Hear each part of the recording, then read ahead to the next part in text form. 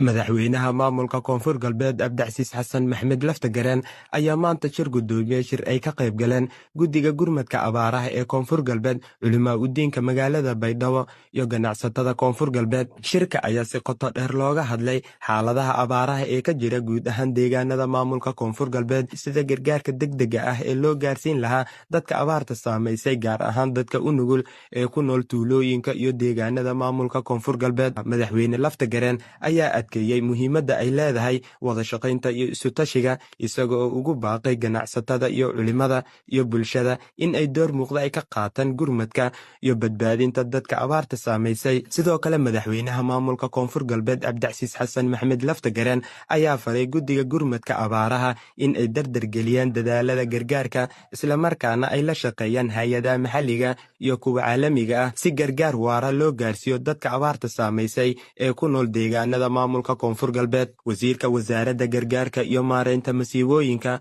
maamulka koonfur galbeed iyo gudoomiyaha gurmadka abaaraha ee koonfur galbeed ayaa shirka madaxweyne Abdicasiis Xasan Maxamed Laftagareen marka uu soo dhammaaday shirka ayuu la hadlay warbaahinta, waxa uuna sheegay waxyaabaha looga hadlay shirka.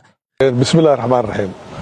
maanta waa Arbaco bishii Janaayo 22 sanadka 2026 magaalada Baydhabo waxaa noo qabsoomay kulan aad muhiim u ahay oo dhex maray madaxweynaha dowladda koonfur galbeed Soomaaliya iyo ganacsatada iyo culimada deegaanada koonfur galbeed Soomaaliya. kulankaas oo la isaga wareysanayay xaaladda abaaraha iyo soo food saartay deegaanada koonfur galbeed Soomaaliya.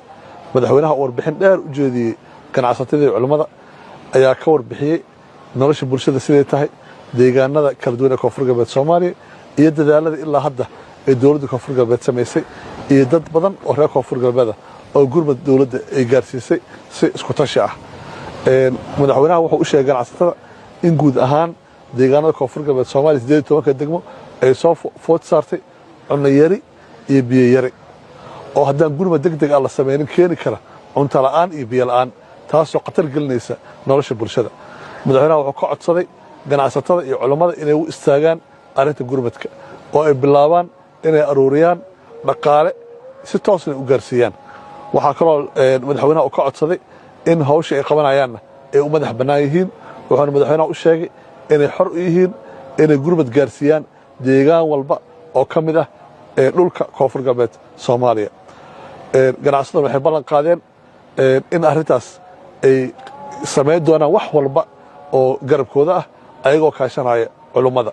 kulankan maanta waxaa qayb ka ahay oo abaabulkiisa iyo soo qayb weyn ka ahay wasaaradda ganacsiga koonfur galbeed Soomaaliya, wasaaradda arrimaha diinta dowladda koonfur galbeed Soomaaliya, wasaaradda qorsheynta dowladda koonfur galbeed, maamulka degmada Baydhabo iyo xafiiska madaxweynaha ayaa intaas ka kaashaday iyo wasaaradda gargaarka koonfur galbeed Soomaaliya. kulankan wuxuu ku dhamaaday guul.